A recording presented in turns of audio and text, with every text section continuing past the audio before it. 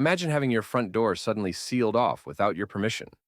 That's essentially what happened to Ethiopia in 1993 when a controversial referendum stripped 54 million people of their access to the sea. Today, with the population more than doubled, this decision has created one of the most pressing geographic crises in modern Africa. That's quite a dramatic shift in such a relatively short time. How exactly did Ethiopia lose its coastal access? Well, it's a fascinating story of political maneuvering and questionable legal process. Ethiopia had two major ports, Assab and Massawa, that were vital lifelines to the Red Sea. But in 1993, a referendum led to Eritrea's independence, taking these ports with it. Here's the kicker, though. Huge portions of Ethiopia's population never got to vote on this massive change. Hold on. You're telling me they held a referendum about giving away the country's only sea access, but didn't let everyone vote? How is that even possible? That's exactly what makes this so controversial. The referendum was primarily organized by the Eritrean People's Liberation Front and some interim Ethiopian officials. Major regions like Oromia, the Amhara Highlands, and the Sidama Lowlands, places that had been using these ports for centuries, were completely left out of the decision-making process. So, what's the impact of this decision today, especially with that massive population growth you mentioned? The numbers tell a stark story. In 1993, Ethiopia had 54 million people. Today, it's pushing 129 million. That's a 140% increase. Every single day, hundreds of trucks queue at Djibouti's port gates, waiting to bring in essential supplies.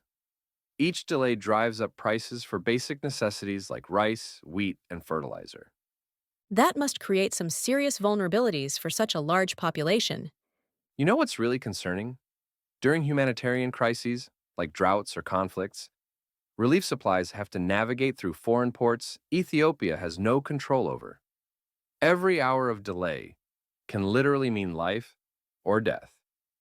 And for businesses, it's like trying to run a marathon with your shoelaces tied together. How are they handling this situation legally? There must be some international law principles at play here. International law is actually quite clear on this. Sovereignty over ports is considered inseparable from sovereignty over the territory they serve. Think of it like this. You can't separate a body's circulatory system from its organs. The 1993 referendum essentially did just that, and it violated some fundamental principles of self-determination. What solutions are being proposed to address this situation? There's a three-pronged approach taking shape. First, they're pushing for a nationwide stakeholder assembly to document the flaws in the 1993 process. Second, they're building a comprehensive legal case. And third, they're working to assert Ethiopia's sovereignty in international forums like the African Union and UN. That sounds like a massive undertaking. How are they building support for these initiatives?